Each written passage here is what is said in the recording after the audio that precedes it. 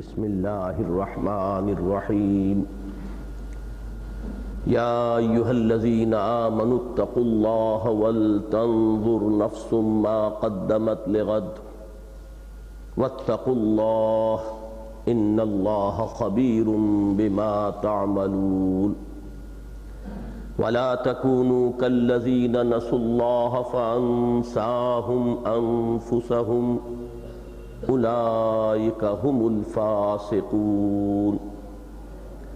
لا يستوي أصحاب النار وأصحاب الجنة أصحاب الجنة هم الفائزون صدق الله العظيم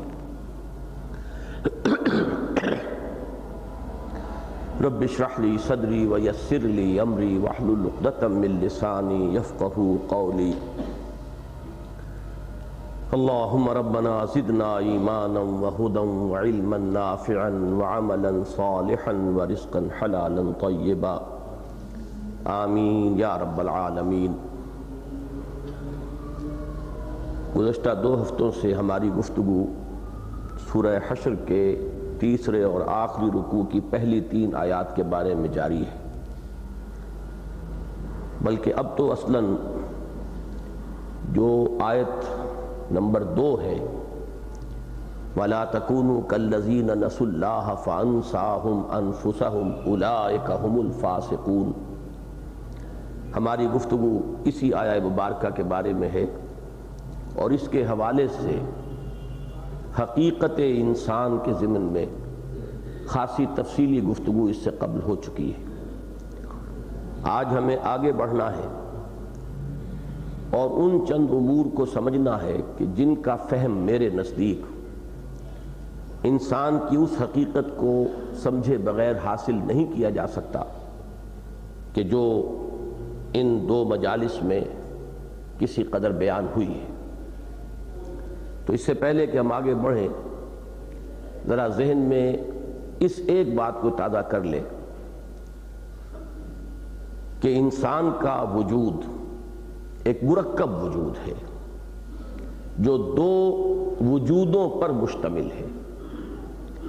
یہ دونوں وجود ذہن میں رکھیے کہ انڈیپینڈنٹ ہیں، بالکل اپنی جگہ ایک جداگانہ تشخص اور جداگانہ وجود کے حامل ہیں۔ ان دونوں کا مبدأ مختلف ہے، یعنی منبع، سرچشمہ، جہاں سے یہ وجود حاصل کیے گئے یا ان کی تخلیق کی گئی، اور مرتبہ و مقام کے اعتبار سے بھی ان میں زمین و آسمان کا فرق و تفاوت ہے۔ میں وہ عبارت اپنی دوبارہ آج آپ کو سنانا چاہتا ہوں جو پچھلی مرتبہ ہم نے پڑھی تھی، اس لیے کہ جو بھی میرے غور و فکر کا حاصل ہے ان امور کے ضمن میں، وہ اس عبارت میں بہت ہی اختصار اور جامعیت کے ساتھ بیان ہو گیا ہے۔ یہ صفحہ 8 ہے، جن حضرات کے پاس وہ پرچہ موجود ہے، ہم پڑھ بھی چکے ہیں اسے، لیکن پھر میں آج صرف دہرا رہا ہوں بغیر کسی تفصیل کے۔ حقیقت یہ ہے کہ انسان ایک مرکب وجود کا حامل ہے، بقول شیخ سعدی آدمی زیادہ طرف معجون است از فرشتہ سرشتہ وز حیواں، اس کا ایک جز احسن تقویم کا مظہر اتم ہے، لقد خلقنا الانسان فی احسن تقویم، تو دوسرا اسفل سافلین کا مصداق کامل، ثم رددناہ اسفل سافلین۔ ایک کا تعلق عالم امر سے ہے تو دوسرے کا عالم خلق سے، الا لہ الخلق والامر۔ ایک خاکی ہے تو دوسرا نوری، ایک دنی الطبع ہے اور ہمہ تن اور ہمہ وقت پستی کی جانب مائل، تو دوسرا قدسی الاصل ہے اور ہمیشہ رفت پر نظر رکھنے والا۔ ایک حیوانات کی صف میں ہے اور ان میں سے بھی بہت سو کے مقابلے میں مختلف اعتبارات سے ہیچ اور کمتر اور ضعیف و ناتواں، تو دوسرا ملائکہ کا ہم پلہ ہے، بلکہ مقام اور مرتبے میں ان سے بھی کہیں اعلیٰ اور افضل، حتیٰ کہ ان کا مسجود و مخدوم۔ ایک عبارت ہے اس کے وجود حیوانی سے، تو دوسرا مظہر ہے اس روح ربانی کا جو اس میں پھونکی گئی اور جس کی بنیاد پر وہ مسجود ملائک قرار پایا بفحوائے الفاظ قرآنی فَإِذَا سَوَّيْتُهُ وَنَفَخْتُ فِيهِ مِن رُوحِي فَقَعُوا لَهُ سَاجِدِينَ، سورۃ الحجر اور سورہ صاد۔ آج میں ورقگردانی کر رہا تھا اپنے ایک کتابچے کی، عظمت صوم۔ یہ مضمون جو ہے میری اس قدر دلچسپی کا ایک موضوع ہے کہ میں نے دیکھا کہ یہی چیزیں میں نے وہاں بھی ذرا مختلف الفاظ میں بیان کی ہیں، تو ذرا جلدی سے ان کو بھی آپ سن لیجئے۔ حقیقت یہ ہے کہ انسان ایک مرکب وجود کا حامل ہے جو دو اجزاء پر مشتمل ہے۔ ایک اس کا وجود حیوانی جو مجموعہ ہے جسم اور جان یا جسد و حیات دونوں کا، اور دوسرے روح انسانی جس کے شرف و مجد کے اظہار کے لیے اللہ تعالیٰ نے اسے اپنی ذات کی طرف نسبت دی، فَنَفَخْتُ فِيهِ مِن رُوحِي۔ ایک کا تعلق عالم خلق سے ہے، اس نقطے کو ذرا اچھی طرح سمجھیے۔ ایک کا تعلق عالم خلق سے ہے، وہاں بھی یہ بات آئی تھی لیکن یہاں تفصیل سے آئی ہے، جس میں تخلیق و تسویہ کا عمل لازماً تدریج و ارتقاء کے مراحل سے ہو کر گزرتا ہے۔ یعنی بچہ رحم مادر میں، آپ کو معلوم ہے کہ انسانی جنین جو ہے، ہیومن امبریو، 9 مہینے لیتا ہے اس ایک سیل سے لے کر اور ایک مکمل انسانی وجود تک پہنچنے میں۔ یہ تخلیق کا جو عمل ہے عالم خلق کا، اس میں ٹائم ایلیمنٹ لازماً انوالو ہوتا ہے۔ اگرچہ آم کی گٹھلی میں پورا آم کا درخت مثمر ہے، لیکن اس گٹھلی کو آم کا درخت بننے میں وقت لگے گا۔ تو یہ جو عالم خلق ہے، اس میں یہ ٹائم ایلیمنٹ جو ہے لازماً انوالوڈ ہے، جبکہ اس کے برعکس دوسرے کا تعلق ہے عالم امر سے، جہاں ابداع اور ایجاد و تکوین کا ظہور کن فیکونی شان کے ساتھ ہوتا ہے، بفحوائے الفاظ قرآنی وَمَا أَمْرُنَا إِلَّا وَاحِدَةٌ كَلَمْحٍ بِالْبَصَرِ، اور نہیں ہے ہمارا امر مگر بس ایسے جیسے ایک لپک نگاہ کی۔ انما امرہ اذا اراد شیئا ان یقول لہ کن فیکون، اور اس کے امر کی شان تو یہ ہے کہ وہ بس کہہ دیتا ہے کہ ہو جا، اور وہ ہو جاتا ہے، انسٹنٹینیس، نو ٹائم ایلیمنٹ انوالوڈ اس عالم امر میں۔ لیکن عالم خلق میں یہ سیریل ٹائم جسے ہم کہتے ہیں، جس میں مرور ہے، جو گزرتا ہے، یہ زمانہ جسے ہم ناپتے ہیں، سیکنڈ اور پھر منٹ اور پھر گھنٹے اور پھر دن اور ہفتے اور سال، اور پھر اس کے بعد وہ لائٹ ایئرز، یہ سب جو ہے یہ در حقیقت ایک لازمی ہے، ایک کمپوننٹ اس عالم خلق کا۔ مزید برآں وہی بات آگے چل رہی ہے، ایک کا رجحان ہے عالم سفلی کی طرف، جبکہ دوسرے کی پرواز عالم علوی کی جانب، بلکہ ایک بالقوہ اسفل سافلین کے حکم میں ہے تو دوسرے کا اصل مقام اعلی علیین میں ہے۔ ایک خاکی الاصل ہے، اور کل شیء یرجع الی اصلہ کے مصداق ولکنہ اخلد الی الارض۔ یہ سورہ اعراف میں ایک بڑے عابد و زاہد انسان کی ایک مثال دی گئی ہے، اس کے ضمن میں یہ الفاظ آئے ہیں۔ اللہ تعالیٰ نے فرمایا وَلَوْ شِئْنَا لَرَفَعْنَاهُ بِهَا، ہم چاہتے تو اسے اور بلند مقام عطا فرماتے، اور اپنی آیات کا جو علم ہم نے اسے دیا تھا اس سے اس کے اندر اس کے مقامات میں اور رفعت پیدا کرواتے، وَلَكِنَّهُ أَخْلَدَ إِلَى الْأَرْضِ، لیکن وہ بدبخت تو زمین ہی کی طرف جھکتا چلا گیا، زمین ہی میں دھستا چلا گیا، یعنی زمینی خواہشات کے چکر کے اندر گرفتار ہو کر رہ گیا۔ جبکہ دوسرا نور الاصل ہے اور اپنے مرکز کی طرف مائل پرواز تھا، حسن کے مصداق، ہمیشہ عالم بالا کی طرف مائل اور متوجہ۔ ایک خالصتاً حیوانات کی سطح پر ہے تو دوسرا فرشتوں کا ہم رتبہ ہی نہیں، بالقوہ ان سے بھی آگے۔ بقول شیخ سعدی پھر وہی شعر آ رہا ہے، آدمی زیادہ ترفع معجون است از فرشتہ سرشتہ وز حیوان، گویا دونوں باہم متضاد اور متصادم ہیں، چنانچہ ایک تقویت پاتا ہے تو دوسرا لازماً مزمحل ہوتا ہے، اور ایک کا دباؤ بڑھے گا تو دوسرے کا کچلا جانا لازم ہے۔ چنانچہ بطن و فرج کے تقاضوں کی، یہ جو اینیمل انسٹنکٹس ہے ہمارے، پیٹ کھانے کو مانگتا ہے، سیکشول انسٹنکٹ ہے بقائے نسل کے لیے، بطن اور فرج کے تقاضوں کی بھرپور تسکین اور کثرت آرام و استراحت سے روح مزمحل ہوتی چلی جاتی ہے۔ حتیٰ کہ وہ وقت بھی آ جاتا ہے جب انسان کا جسد خاکی چلتا پھرتا اور کھاتا پیتا الغرض ہر اعتبار سے زندہ ہی نہیں، خوب فربہ اور توانا نظر آتا ہے، درا حال ہے کہ اس کی روح کمزور اور لاغر ہوتی ہوتی بالآخر سسک سسک کر دم توڑ دیتی ہے، اور جسد انسانی اس روح کے لیے چلتی پھرتی قبر بن کر رہ جاتا ہے۔ بقول علامہ اقبال، اب یہ مصرع ذرا غور کیجئے، یہ بعد میں بھی آئے گا، روح سے تھا زندگی میں بھی تہی جن کا جسد، زندہ تھے جسد میں، وہ حیات جو وہ بایولوجیکل لائف ہے وہ موجود تھی، لیکن روح نہیں تھی۔ روح سے تھا زندگی میں بھی تہی جن کا جسد۔ اب میں نے اپنی تحریروں کے یہ دو حوالے جو آپ کو سنائے ہیں، اب اس کے بعد جو اس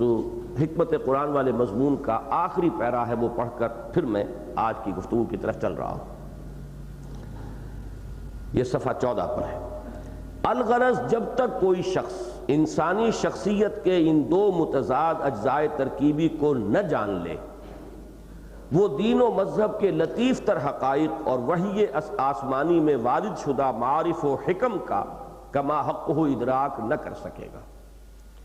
اور بئیں محرومی و تہی دستی، یعنی اگر ان حقائق تک رسائی نہیں ہے، ان کا کوئی ادراک اور شعور نہیں ہے، ان سے محرومی ہے، اور اگر بئیں محرومی و تہی دستی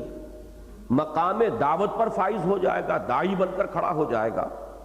تو اس کی تمام تر گفتگو احکام شریعت اور نظام اسلام کے بارے میں ہوگی، حقائق ایمانی کا تذکرہ ہوگا بھی تو بس سرسری سا، اس لیے کہ یہ حقائق ایمانی جو ہے ماورائی حقائق ہیں، اور ان میں یہ مسائل زیر بحث آتے ہیں، اور قرآن حکیم کے وہ مقامات کے جو اس حقیقت کو سمجھے بغیر انسان کے گرفت میں نہیں آ سکتے، اس کے فہم و ادراک کے، ان پر سے وہ سرسری طور پر گزر جاتا ہے۔ اور اگر شارح اور مفسر قرآن بن بیٹھے گا تو لغت و نحو کے اشکالات، معنی و بیان کے لطائف اور فصاحت و بلاغت کے نوادرات سے تو خوب بحث کرے گا، لیکن فلسفہ و حکمت دین کے لطیف و غامض نکات اس کی نگاہ سے اوجھل رہ جائیں گے، اور حقائق و معارف ایمانی کے اعتبار سے اہم ترین مقامات سے وہ ایسے گزر جائے گا جیسے وہاں کوئی لائق توجہ بات ہے ہی نہیں۔ اب یہ بات جو میں نے عرض کی ہے، اس کے لیے 10 مثالیں آج مجھے آپ کے سامنے پیش کرنی ہیں۔ سب سے پہلے وہ عہد الست جو قرآن مجید کے فلسفہ اور حکمت کی ایک اہم کڑی ہے، جس کا ذکر بڑے اہتمام کے ساتھ، بہت ہی اہمیت کے ساتھ سورہ اعراف میں آیا ہے۔ میں وہ آیات اب پڑھ کر آپ کو سنا رہا ہوں۔ وَإِذْ أَخَذَ رَبُّكَ مِن بَنِي آدَمَ مِن ظُهُورِهِمْ ذُرِّيَّتَهُمْ، اور یاد کرو جب کہ تیرے رب نے بنی آدم سے، ان کی پیٹھوں سے ان کی پوری نسل کو نکال لیا تھا، وَأَشْهَدَهُمْ عَلَىٰ أَنفُسِهِمْ، اور انہیں پھر انہی پر گواہ بنایا تھا، أَلَسْتُ بِرَبِّكُمْ، کیا میں تمہارا رب نہیں ہوں؟ قَالُوا بَلَىٰ، ان سب نے کہا تھا کیوں نہیں، شہدنا، ہم گواہ ہیں، ہم گواہی دے رہے ہیں، ہم اقرار کر رہے ہیں۔ اب یہاں سے بات شروع ہو رہی ہے، ان تقولوا یوم القیامت انا کنا عن ھذا غافلین، مبادا تم یہ کہو قیامت کے دن کہ ہم تو اس چیز سے بے خبر رہے، غافل رہے، ہمیں تو تیری ربوبیت کے بارے میں کسی نے بتایا ہی نہیں۔ او تقولوا، یا تم یہ کہو، انما اشرک آباؤنا من قبل وکنا ذریۃ من بعدہم، کہ ہمارے آباء و اجداد نے ہم سے پہلے شرک کیا تھا، وہ شرک میں مبتلا ہو گئے تھے، ملوث ہو گئے تھے، اور ہم تو ان کی نسل میں سے تھے، یعنی یہ کہ ہم نے تو ان کی پیروی کی، جس ماحول میں آنکھ کھولی، اپنے آباء و اجداد کو ما وجدنا علیہ آبانا، جو کچھ کرتے ہوئے پایا، جو کچھ مانتے ہوئے پایا، ہم نے بھی اسی کا اتباع کیا۔ وَكُنَّا ذُرِّيَّةً مِّن بَعْدِهِمْ أَفَتُهْلِكُنَا بِمَا فَعَلَ الْمُبْطِلُونَ، تو کیا ہے پروردگار تو ہمیں ہلاکت میں ڈالے گا، ہلاک کر دے گا ان لوگوں کے فعل کی وجہ سے جنہوں نے وہ باطل نظریات گھڑ لیے تھے، چونکہ وہ تو ہمارے آباء و اجداد تھے، ہم نے تو ان کو نہیں گھڑا، ہم نے تو ان کی پیروی کی ہے۔ تو ان کے جرم کی پاداش میں کیا ہمیں ہلاک کر دیا جائے گا؟ وَكَذَلِكَ نُفَصِّلُ الْآيَاتِ وَلَعَلَّهُمْ يَرْجِعُونَ، اور اسی طرح ہم اپنی آیات کی تفصیل کرتے ہیں، ان کو وضاحت سے بیان کرتے ہیں، شاید کہ یہ لوٹ آئے، شاید کہ رجوع کریں۔ اب یہ میں نے آیات آپ کو پڑھ کر اس لیے سنائی کہ اندازہ ہو جائے کہ کس قدر اہتمام کے ساتھ گویا کہ انسان پر اصل حجت یہ ہے عہد الست جو وہ کر کے اپنے رب سے آیا ہے، اور یہ عہد الست تمام ذریت آدم کو اس کی پیٹھ سے نکال کر، ان کی پیٹھوں سے، صلب سے، اب ظاہر بات ہے کہ تمام نوع انسانی کو ایک وقت میں وجود میں لانا، اس کے لیے یہی الفاظ ہو سکتے تھے جو قابل فہم ہوتے آسانی کے ساتھ، بالخصوص اس علمی سطح کے دور میں جس میں قرآن نازل ہو رہا تھا۔ اس لیے کہ انسان کا تصور یہی ہے کہ نسل جو ہے صلب سے متعلق ہوتی ہے، تو ان کی صلب سے، ان کی اسلاب سے، ان کی پیٹھوں سے وہ تمام نسل جمع کر لی گئی اور ان سے عہد لیا۔ سوال یہ ہے کہ کن سے لیا گیا؟ کیا میں وہاں تھا؟ عہد جب کیا جاتا ہے تو آپ کو معلوم ہے دنیا میں بھی معمولی معاہدہ بھی کریں تو ہم ایک لفظ استعمال کرتے ہیں کہ بقائمی ہوش و حواس میں یہ معاہدہ کر رہا، بقائمی ہوش و حواس میں یہ اقرار کر رہا، یعنی انسان کو اپنی ذات کا شعور ہو،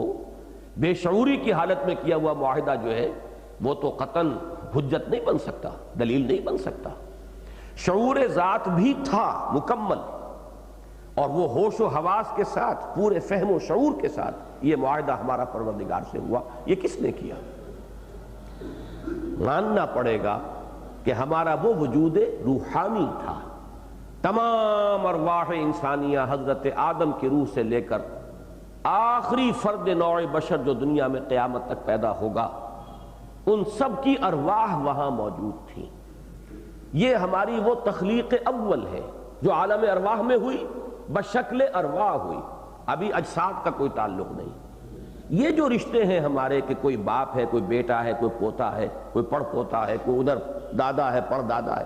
یہ رشتے جو ہیں وہ اس جسد سے متعلق ہیں، اس کا تعلق توالد و تناسل سے ہے، وہ ہمارے وجود حیوانی کا معاملہ ہے، وہ وجود روحانی ان رشتوں میں منسلک نہیں ہے۔ وہ تو تمام ارواح بیک وقت موجود تھیں،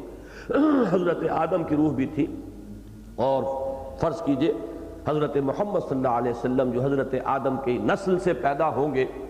اور ہوں گے ابھی 7-8 ہزار سال بعد، ان کی روح بھی موجود تھی۔ تو یہ بات نہیں سمجھ میں آ سکتی جب تک کہ اس حقیقت کو پوری طرح نہ سمجھ لیا جائے کہ یہ دو مرحلے ہیں ہماری تخلیق کے، اور دو ہمارے وجود ہیں جو انڈیپینڈنٹ ہیں، اس لیے کہ وہ وجود روحانی جو ہے ہمارا، اور مجھے ان حضرات سے متکلمین اسلام کے مابین روح کے بارے میں کچھ اختلاف ہے، میری رائے ان حضرات کے ساتھ ہے جو اس روح کو بھی جسم لطیف قرار دیتے ہیں، وہ بھی ایک جسم ہے مکمل اگرچہ لطیف۔ آج کے اس زمانے میں جبکہ ہم نے ایسی شعائیں دریافت کر لی ہیں جو پورے وجود سے ایسے گزر جاتی ہیں کہ کہیں آپ کو اس کا شعور تک نہیں ہوتا، اور اسی کا آپ عکس لے لیتے ہیں، جبکہ عام جو سورج کی روشنی ہے وہ تو وہ ہمارے وجود کے آر پار نہیں جا سکتی، لیکن ایکس ریز ہیں، کوئی اور دوسری اس سے بھی زیادہ لطیف اور تیز شعائیں نکل جاتی ہیں۔ تو ایک ایسا لطیف وجود ہے وہ، لیکن مشخص، پرسونیفائیڈ، اس کا اپنا ایک تشخص ہے۔ میری روح اور آپ کی روح ایک شے نہیں ہے، یہ کوئی مجرد جوہر نہیں ہے، بلکہ یہ ایک جسم لطیف ہے، اور یہ جسم کثیف یا جسم مادی اور یہ جسم لطیف، یہ دونوں اس طرح باہم مربوط ہیں، اگرچہ ان کے وہ یک جان ہو گئے ہیں، یک طالب دو جان کہہ لیجئے، لیکن یہ کہ جیسا کہ میں نے پہلے بھی عرض کیا ہے، اگر یہ بات سمجھ میں نہیں آتی کہ یہ دونوں وجود کیسے باہم متصل ہیں، تو یہ بات بھی تو سمجھ میں نہیں آتی کہ ہمارے جسم سے جان کس طریقے سے متصل ہے اور کیسے ملحق ہے، اور کس عضو سے متعلق ہے، اور کس جگہ پر اس جان کا بسیرا ہے، یہ بھی آج تک ہمیں معلوم نہیں۔ تو پہلی بات یہ سمجھیے، اور میں یہاں پر حوالہ دے دوں کہ ایک بہت بڑے مفسر قرآن اس دور کے، اور ایک زمانے میں میری ان سے بے تکلفی بھی تھی، انہوں نے اس مقام پر ایک عجیب جملہ لکھا،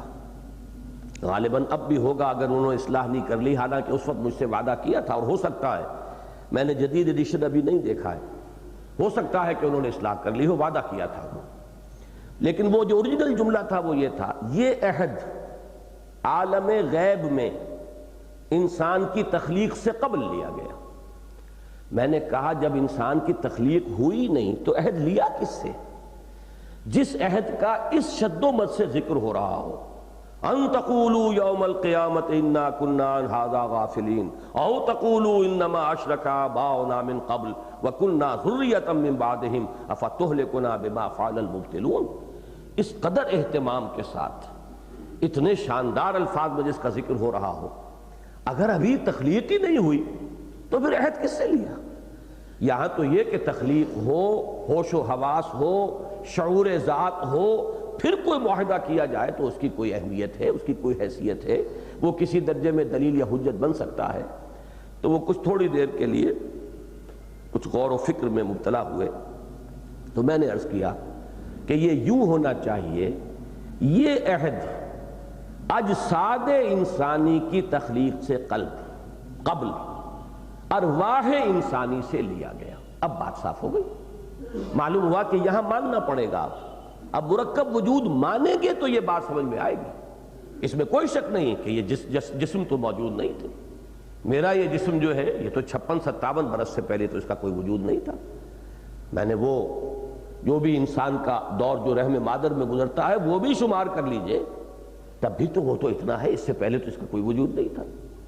تو یہ جن سے عہد لیا گیا، کن سے لیا گیا؟ تو معلوم ہوا کہ تخلیق دو مرحلوں میں ہوئی ہے۔ ایک تخلیق ہے ہمارے اس روحانی وجود کی جو اپنی جگہ پر ایک مکمل صاحب شعور، صاحب تشخص وجود ہے،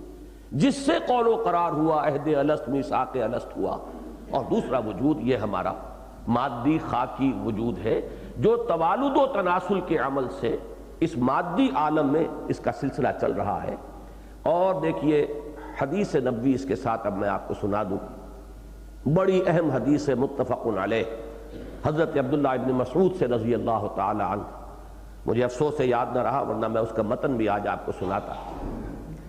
حضرت عبداللہ ابن مسعود بڑے اہتمام کے ساتھ فرماتے ہیں، اخبرنا، ہمیں خبر دی، کس نے؟ الصادق المصدوق، اخبرنا رسول اللہ صلی اللہ علیہ وسلم وہو الصادق المصدوق۔ وہ صادق اور مصدوق ہیں، وہ ہیں جو سچے ہیں اور جن کی سچائی کی اللہ نے گواہی دی۔ یہ اہتمام جو ہے اس مضمون کی اہمیت کی وجہ سے کہ یہ چونکہ ہمارے عام شعور و ادراک کے اندر آنے والی بات نہیں ہے، لہذا حضور صلی اللہ علیہ وسلم کے اسم گرامی کے ساتھ وَهُوَ الصَّادِقُ الْمَصْدُوقُ کے الفاظ کا یہاں اضافہ کر رہے ہیں حضرت عبداللہ ابن مسعود۔ اس کے بعد خبر دے رہے ہیں، حضور نے فرمایا کہ رحم مادر میں انسان جو ہے اولاً 40 دن نطفے کی شکل میں ہوتا ہے، پھر 40 دن علقہ کی صورت میں ہوتا ہے، پھر 40 دن مضغہ کی شکل میں ہوتا ہے، پھر اس 120 دن کے بعد یعنی 4 ماہ کے بعد اللہ تعالیٰ فَيَبْعَثُ اللَّهُ مَلَكًا، فرشتے کو بھیجتا ہے، فَيَنْفَخُ فِيهِ الرُّوحُ، تو وہ اس میں روح پھونکتا ہے۔ اب یہاں بہت سے حضرات کو اور ہمارے قدیم جو ہمارے اسلاف ہیں ان کو بھی یہ مغالطہ لاحق ہو گیا کہ یہاں روح سے مراد جان ہے، حالانکہ واقعہ کیا ہے کہ بے جان تو آج تو ہمیں معلوم ہے، آج تو مائکروسکوپ کے اندر ہم دیکھتے ہیں وہ نطفہ جو ہے وہ پوری طرح زندہ، اس میں حرکت ہوتی ہے، وہ پورا ایک حیوان ہے، اگرچہ یونی سیلولر ہے لیکن مکمل حیوان ہے، اس میں حرکت ہے، جوش و خروش ہے جان ہے، وہ بھرپور زندگی اس کے اندر موجود ہے۔ اسی طریقے سے بیضۃ الانثیٰ جو ہے، ماں کی طرف سے جو اووم آتا ہے وہ بھی بے جان شے نہیں ہے۔ یہ دونوں مل کر جب بنتے ہیں نطفۃ امشاج جسے کہا گیا سورہ دہر میں، هل اتى على الانسان حين من الدهر لم يكن شيئا مذكورا انا خلقنا الانسان من نطفۃ امشاج، ملا جلا نطفہ۔ اب یہ جو نطفۃ الرجل ہے اور بیضۃ الانثیٰ ہے یہ جب مل کر اب وہ بنا نطفہ امشاج، زندہ ہے۔ تو یہ علقہ ہو، نطفہ ہو، مضغہ ہو، یہ سب زندہ ہے۔ اب جو روح پھونکی جا رہی ہے وہ روح وہ ہے، وہ جو ابتداء آفرینش میں جس کی تخلیق ہو گئی تھی، پھر اسے کولڈ سٹوریج کے اندر کہیں پر اللہ نے رکھ دیا ہے، جس کے بارے میں حدیث میں الفاظ آتے ہیں الارواح جنود مجندہ، وہ لشکروں کے مانند ہے۔ وہ لشکر جو ہے کہیں اللہ کے ہاں، ہم نہیں جانتے کہاں ہے، لیکن میری وہ روح جو اس وقت بھی موجود تھی، میرا وہ وجود روحانی اب کہنا چاہیے، جو اس وقت بھی موجود تھا، جس نے اپنے رب سے وہ عہد اور قول و قرار کیا تھا، جب رحم مادر میں میرا وہ وجود حیوانی اس قابل ہوا کہ اس کے ساتھ اس روح کو منسلک کر دیا جائے، تب لا کر انہیں منسلک کر دیا گیا۔ اب اسی کو لیجئے سورہ مومنون میں اس کو ایک عجیب انداز میں بیان کیا گیا، اور یہ بات سمجھ لیجئے اصولاً یہ مضامین قرآن مجید میں اشارات کی شکل میں آپ کو ملیں گے، صراحت اور وضاحت کے ساتھ نہیں ملیں گے، اس لیے کہ ظاہر بات ہے قرآن جب نازل ہو رہا تھا تو ابھی انسانی علم کی ایک خاص سطح تھی، اس سے آگے کی بات کرنا اس دور کے لیے، اس دور میں وہ خلاف حکمت ہوتا، خاص طور پر جو مخاطب اول تھے اہل عرب، وہ تو بالعموم بالکل ان پڑھ لوگ، منطق، فلسفہ، سائنس، اس سے انہیں کیا سروکار، اور ان لوگوں کو ذہنوں میں اتارنا تھا، ان کے قلوب کے اندر اس قرآن کو سرایت کروانا تھا، لہذا اس سطح کی بات کی گئی ہے۔ ہمیشہ کے لیے علم موجود ہے، اس میں اشارات موجود ہیں۔ اب دیکھیے جو اس حدیث میں الفاظ آئے ہیں اس کو ٹیلی کیجئے سورہ مومنون کے الفاظ سے۔ لَقَدْ خَلَقْنَا الْإِنسَانَ مِنْ صُلَالَةٍ مِّن طِينٍ، ہم نے بنایا انسان کو گارے کے خلاصے سے، نچوڑ سے۔ ثُمَّ جَعَلْنَاهُ نُطْفَةً فِي قَرَارٍ مَّكِينٍ، پھر ہم نے اسے ایک نطفے کی شکل دی، ایک جائے قرار کے اندر ٹھہرا ہوا، ٹکا ہوا۔ ثُمَّ خَلَقْنَا النُّطْفَةَ عَلَقَةً فَخَلَقْنَا الْعَلَقَةَ مُضْغَةً فَخَلَقْنَا الْمُضْغَةَ عِظَامًا فَكَسَوْنَا الْعِظَامَ لَحْمًا، پھر ہم نے اس نطفے کو بنایا علقہ کی شکل میں، پھر علقہ کو بنایا مضغہ کی شکل میں، پھر مضغہ کے اندر ہم نے ہڈیاں بنائی، پھر ہڈیوں کے اوپر ہم نے گوشت چڑھایا، مسلز اور یہ پٹھے جو ہیں ان کو چڑھایا۔ اب یہاں اس کے بعد ایک آتا ہے لفظ ثم انشأناه خلقا آخر فتبارک اللہ احسن الخالقین، پھر ہم نے اسے اٹھایا ایک اور ہی اٹھان پر۔ یہ جو مادی تخلیق کا سلسلہ ہو رہا تھا جاری، یہ ایک پلین آف ایگزسٹنس ہے، اور ایک بالکل ہی دوسرا پلین آف ایگزسٹنس ہے۔ اس کے لیے لفظ جو ہے خلق نہیں آیا، انشأناہ، پھر خلقنا نہیں، حالانکہ اس سے پہلے لفظ خلقہ جو ہے وہ کتنی گردان کے ساتھ آ رہا ہے۔ انا خلقنا الانسان من نطفۃ، انا خلقنا الانسان من صلالۃ من طین ثم جعلناہ نطفۃ فی قرار مکین ثم خلقنا النطفۃ علقۃ فخلقنا العلقۃ مضغۃ فخلقنا المضغۃ عظاما فکسونا العظام لحما ثم انشأناہ خلقا آخر۔ اب عربی زبان سے ذرا سی بھی مناسبت رکھنے والے لوگوں کو نوٹ کرنا ہوگا کہ یہاں حرف عطف واو آتا چلا گیا، کہیں سما آ رہا ہے، کہیں واو آ رہا ہے۔ واو اور سما میں بڑا فرق ہے، اگرچہ حرف عطف میں بھی مغایرت بھی ہے اور کچھ نہ کچھ تاخیر کا مسئلہ بھی آ جاتا ہے، لیکن سما کے اندر بڑی تراخی ہے، بہت ہی تاخیر کا معاملہ ہے۔ تو موٹے موٹے عہد کیا ہوئے، صلالۃ من طین، پھر نطفۃ من قرار مکین۔ اب اس نطفے کی تخلیق کے مراحل کو واو سے لائے، فا سے، واو سے نہیں، حرف عطف فا سے۔ فخلقنا النطفۃ علقۃ فخلقنا العلقۃ مضغۃ فخلقنا المضغۃ عظاما فکسونا العظام لحما۔ اب اس کے بعد پھر حرف ثم آیا، ثم انشأناہ خلقا آخر، پھر ہم نے اسے اٹھایا ایک اور ہی تخلیق پر۔ اب یہ وہ حیوان نہیں رہا، یہ انسان بن گیا جو مسجود ملائک ہے، اس لیے کہ وہ روح جو اصل میں مسجود ملائک ہونے کی اصل اساس اور بنیاد ہے، اس کا روحانی وجود وہ اس میں لا کر شامل کر دیا گیا ہے۔ یہ حقائق ہیں جیسا کہ میں نے عرض کیا، قطعاً سمجھ میں نہیں آ سکتے جب تک انسانی وجود کے یہ دو اجزاء ترکیبی علیحدہ علیحدہ مشخص نہ کر لیے جائیں۔ اب چونکہ وقت کم ہے، ان میں سے تو ہر مسئلہ ایسا ہے کہ میری تو چونکہ ویسے بھی اس کے ساتھ ایک بڑی یعنی ذہنی ہم آہنگی ہے اور دلچسپی کا معاملہ ہے، تو وہ تو پھر آدمی لذیذ بود حکایت دراز تر گفتم، وہ بات وہاں ہو جائے گی، لیکن مجھے آج 10 امور مکمل کرنے ہیں۔ نمبر 2، میدان حشر کا ایک نقشہ کھینچا گیا ہے سورہ کہف میں۔ وَعُرِضُوا عَلَىٰ رَبِّكَ صَفًّا لَقَدْ جِئْتُمُونَا كَمَا خَلَقْنَاكُمْ أَوَّلَ مَرَّةٍ بل زعمتم ان لن نجعل لكم موعدا، اور لوگ پیش کیے جائیں گے اپنے پروردگار کے سامنے۔ یہ میدان حشر کا نقشہ ہے۔ اس کے بعد آتا ہے ووضع الکتاب، پھر وہ اعمال نامہ لا کے رکھ دیا جائے گا۔ فترل کیا ہے اس کے بعد؟ وہ تو میں پڑھ چکا ہوں. وَوُضِعَ الْكِتَابُ فَتَرَى الْمُجْرِمِينَ مُشْفِقِينَ مِمَّا فِيهِ وَيَقُولُونَ يَا وَيْلَتَنَا مَا لِهَذَا الْكِتَابِ لَا يُغَادِرُ صَغِيرَةً وَلَا كَبِيرَةً إِلَّا أَحْصَاهَا وَوَجَدُوا مَا عَمِلُوا حَاضِرًا. میں نے یہ دوسری آیت اس لیے پڑھی ہے صرف اشارے کے طور پر کہ ثابت ہو جائے کہ یہ میدان حشر کا معاملہ بیان ہو رہا ہے. عُرِضُوا عَلَىٰ رَبِّكَ صَفًّا، وہ پیش کیے جائیں گے، اگرچہ فعل ماضی ہے لیکن قیامت کے حالات و واقعات کو قرآن مجید میں بالعموم فعل ماضی میں بیان کیا جاتا ہے ان کی حتمیت اور قطعیت کو ظاہر کرنے کے لیے. عُرِضُوا عَلَىٰ رَبِّكَ صَفًّا. اب اللہ تعالیٰ فرمائیں گے لَقَدْ جِئْتُمُونَا كَمَا خَلَقْنَاكُمْ أَوَّلَ مَرَّةٍ، آ گئے ہو نا ہمارے پاس جیسے کہ ہم نے تمہیں پیدا کیا تھا پہلی مرتبہ. اب یہاں سوال پیدا ہوتا ہے کہ یہ پہلی مرتبہ کی تخلیق یہ کیا ہے، اور کما کا لفظ جو آیا جیسے کہ ہم نے تمہیں پیدا کیا تھا پہلی مرتبہ، اس کما کی بنیاد کیا ہے؟ ظاہر بات ہے کہ اس کی بنیاد یہی ہے کہ دنیا میں تو تم رہے تھے تو زمانی فصل تمہارے مابین رہا، نسلاً بعد نسلن، لیکن جیسے اس دن تم بالکل کھڑے ہوئے تھے سب کے سب میدان حشر میں، آدم سے لے کر ذریت آدم کے آخری فرد تک سب کے سب موجود تھے، آ گئے نا آج دوبارہ ہمارے پاس اسی شکل میں. وَعُرِضُوا عَلَىٰ رَبِّكَ صَفًّا لَقَدْ جِئْتُمُونَا كَمَا خَلَقْنَاكُمْ أَوَّلَ مَرَّةٍ بَلْ زَعَمْتُمْ أَن لَّن نَّجْعَلَ لَكُم مَّوْعِدًا. معلوم ہوا کہ تخلیق کے دو مراحل تھے کہ جو گزر چکے تھے. اول مرہ وہ ہے وجود روحانی کی تخلیق جو ہوئی تھی بیک وقت تمام انسان موجود تھے، اور دوسری تخلیق تھی جو تدریجاً ہوئی ہے اور زمانی فصل اور بعد کے ساتھ ہوئی ہے. اس میں باہمی رشتے بنے ہیں، دادا اور بیٹا اور پوتا اور باپ، یہ ساری نسبتیں قائم ہوئی ہیں. تو وہاں فرمایا جائے گا لَقَدْ جِئْتُمُونَا كَمَا خَلَقْنَاكُمْ أَوَّلَ مَرَّةٍ بَلْ زَعَمْتُمْ أَن لَّن نَّجْعَلَ لَكُم مَّوْعِدًا. تیسرے نمبر پر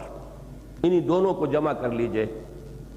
قرآن مجید کی غالباً مشکل ترین آیات میں سے ایک آیت، جو اس مسئلے کو سمجھ لیں تو آسان ترین آیات میں سے ایک آیت، لیکن چونکہ یہ سامنے بالعموم رہتا نہیں معاملہ، لہذا بہت مشکل آیات میں سے وہ شمار ہوتی ہے. یہ سورہ غافر میں، یہ سورہ مومن ہی کا نام سورہ غافر ہے،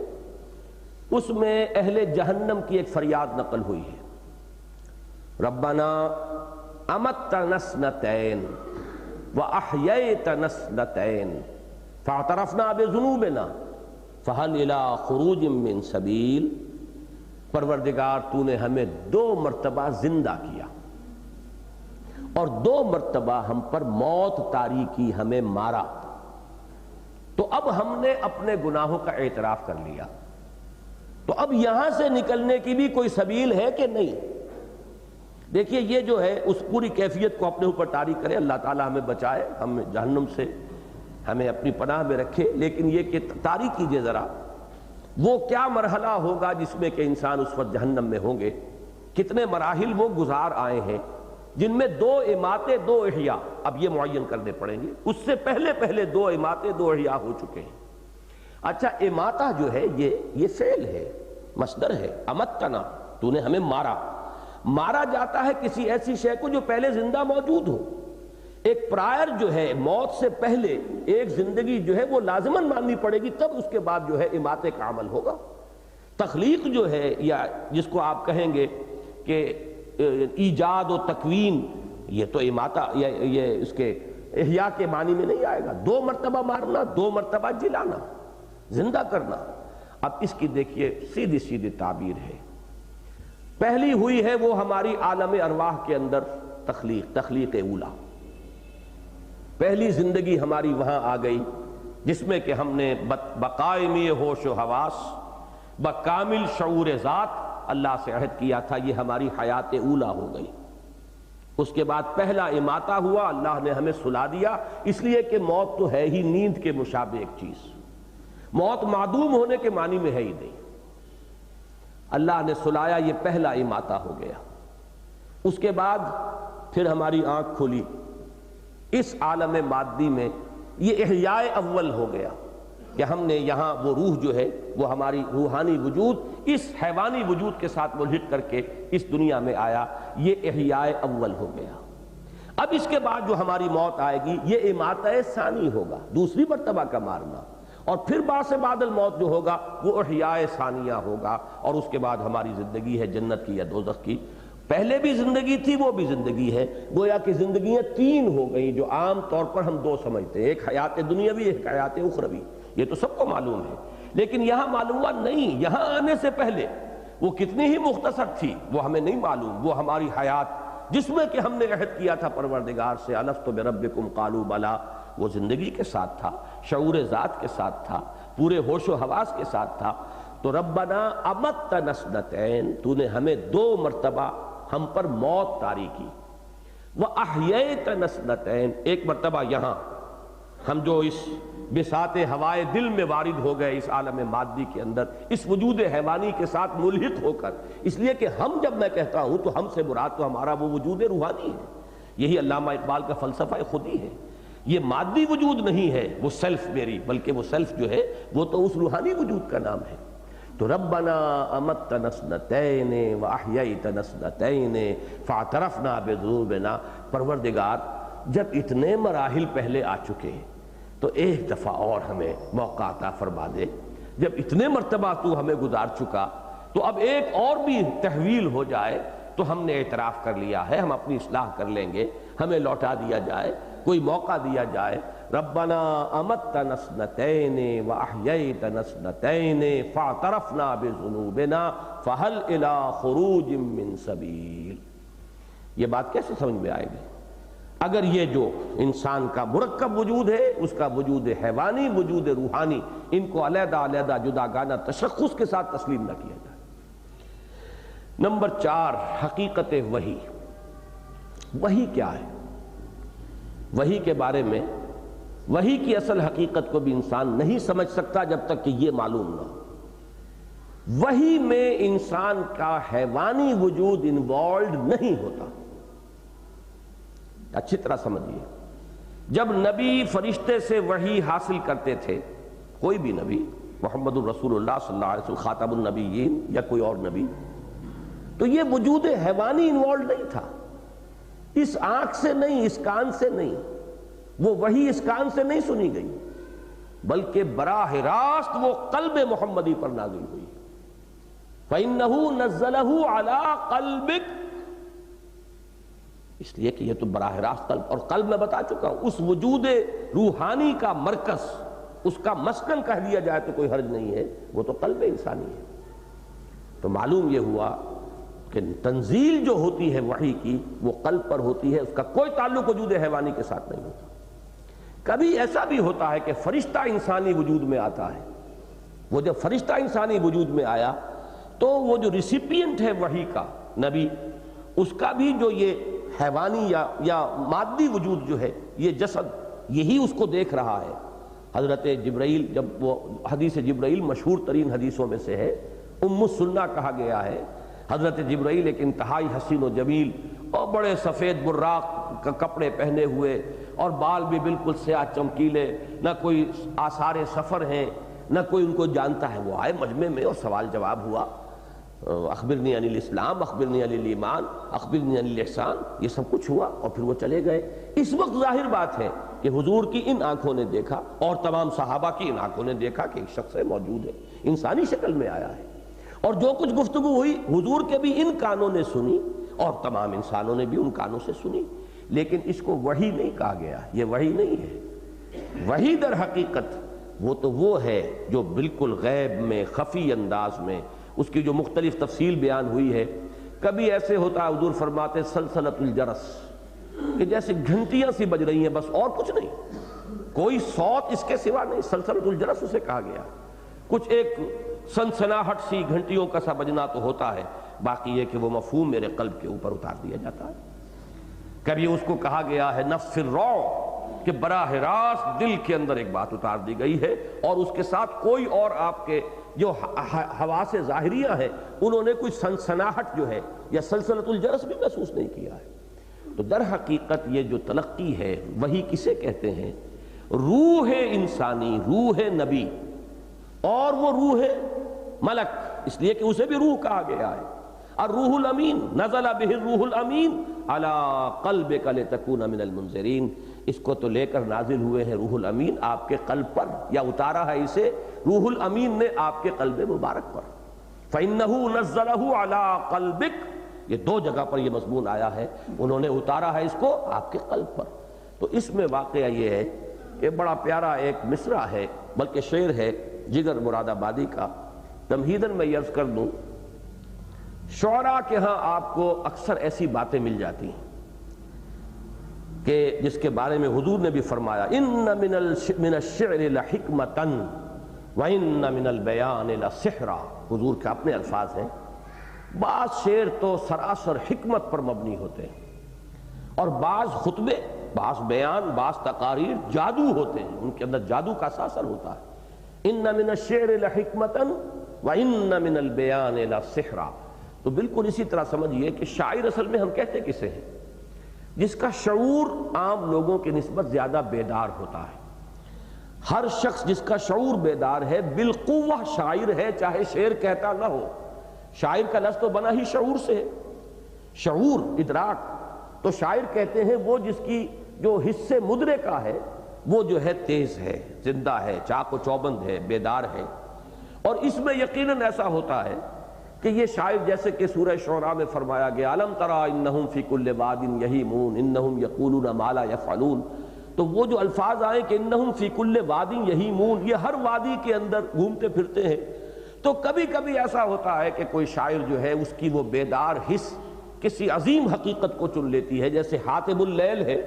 رات کے وقت لکڑیاں چننے والا، کبھی اچھی سوکھی لکڑی بھی اس کے ہاتھ میں آ جائے گی، اور کبھی اس کا بھی اندیشہ ہے کہ سانپ ہی کو نہ پکڑ لے وہ لکڑی سمجھ کر، حاطب اللیل اسی معنی میں کہا جاتا ہے۔ تو بسا اوقات حاطب اللیل قسم کے شعراء بھی بڑی عظیم حقیقتیں جو ہیں ان تک ان کے شعور کی رسائی ہو جاتی ہے، اور وہ انہیں بیان کر بیٹھتے ہیں، چاہے انہیں خود اس کا پورے طور پر ادراک نہ ہو کہ کیسی عجیب بات ہے جو انہوں نے کہہ دی۔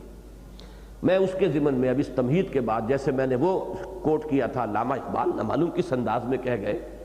کہ روح سے تھا زندگی میں بھی تہی جن کا جسد، کچھ لوگ ہوتے ہیں کہ جو زندہ تو ہے لیکن روح نہیں ہوتی ان میں، ان کی روح جو ہے وہ مر چکی ہوتی ہے۔ اسی طریقے سے یہ شعر ہے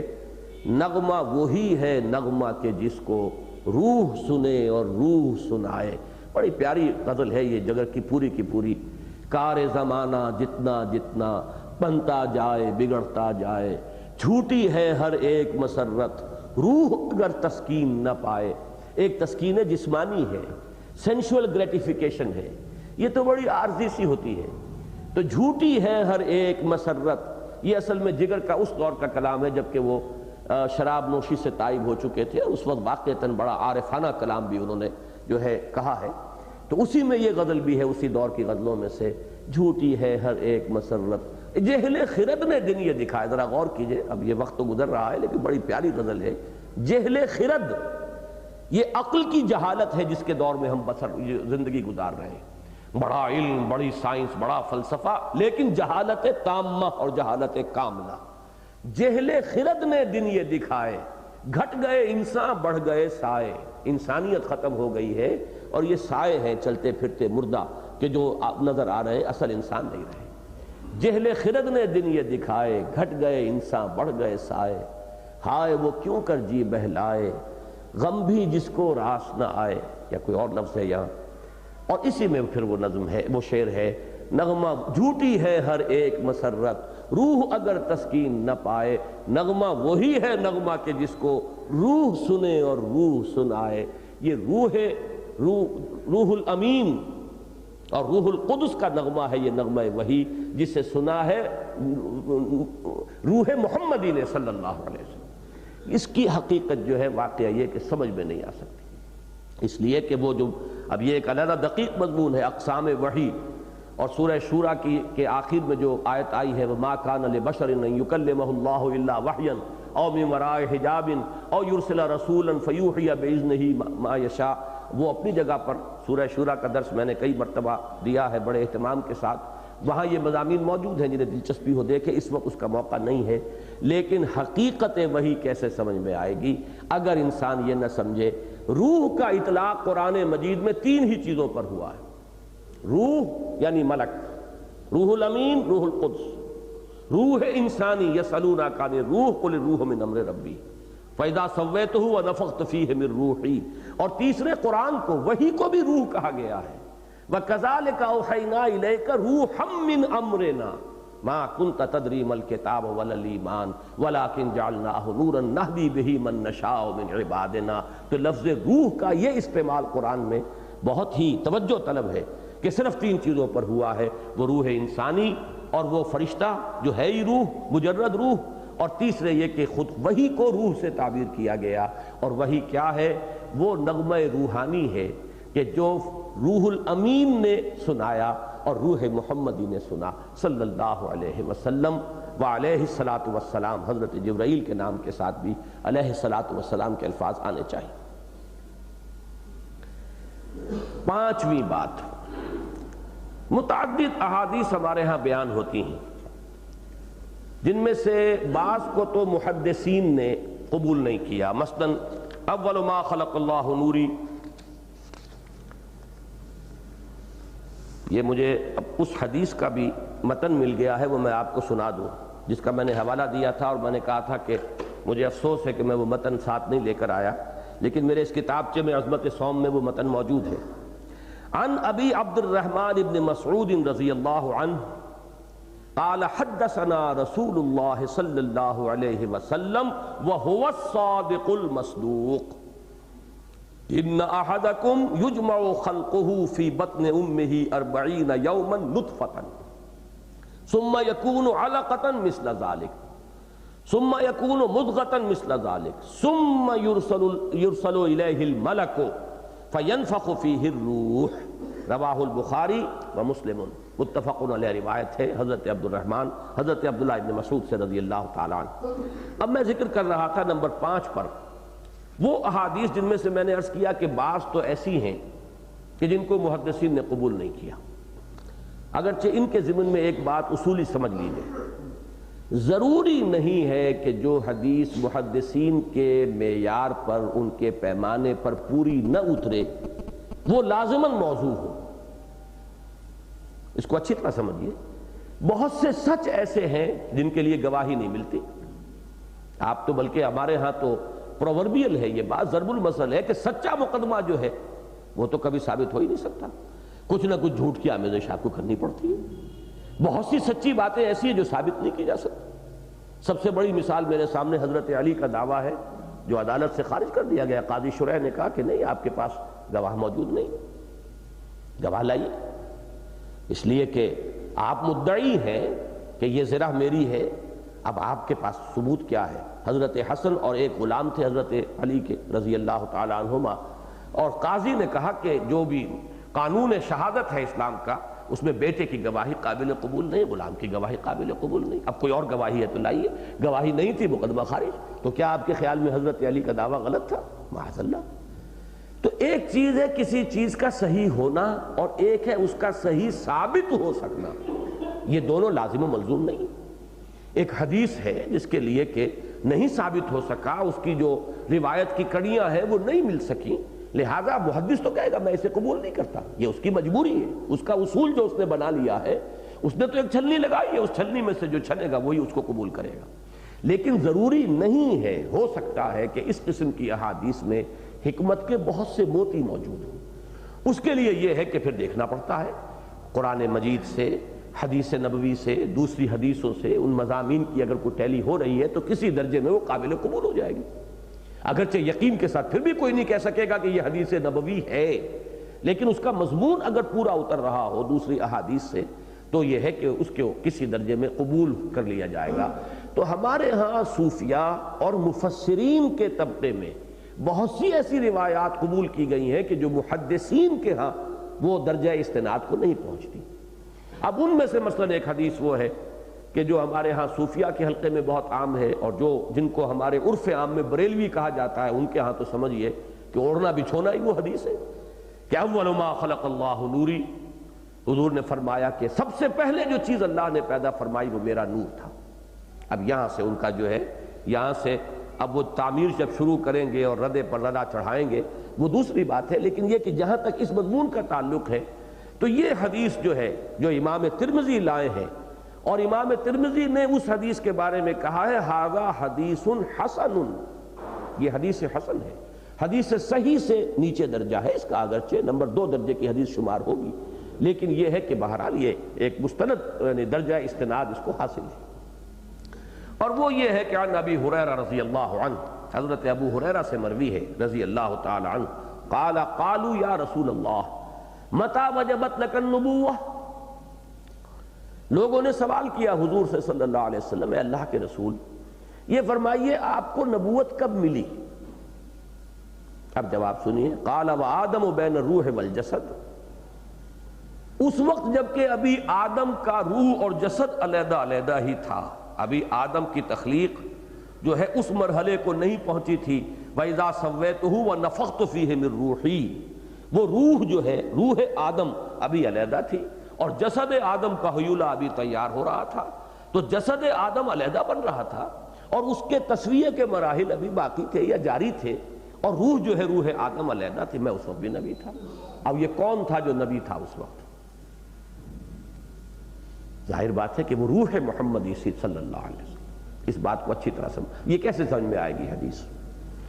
اور جب تک یہ سمجھ میں نہ آئے، اگر اس کو آپ مطلقاً لے لیں گے تو ذہن کے اوپر شرک کا سا غلبہ ہونا شروع ہو جائے گا، شرکیہ خیالات اور شرکیہ توہمات کی بنیاد بن جائے گی، جبکہ اس بات کو سمجھنے کے بعد جڑ کٹ جاتی ہے کہ تمام ارواح بھی موجود تھی، اسی میں روح محمدی بھی تھی صلی اللہ علیہ وسلم، جب جنود مجندہ تھے تمام کے تمام انسان موجود تھے اس وقت، تو روح محمدی کا ہونا کون سا آپ کے لیے جو ہے ناقابل قرین یا ناقابل قیاس رہ گیا؟ وہ بھی موجود تھے، اور وہ اس وقت بھی نبوت سے سرفراز تھی، اپنا اپنا جو مقام اور مرتبہ ہے عالم روحانی کے اندر وہ حاصل تھا۔ لہذا محمد الرسول اللہ صلی اللہ علیہ وسلم فرما رہے ہیں کہ مجھے نبوت اس وقت ملی۔ اسی کے حوالے سے میں ایک دو باتیں اور عرض کر دوں،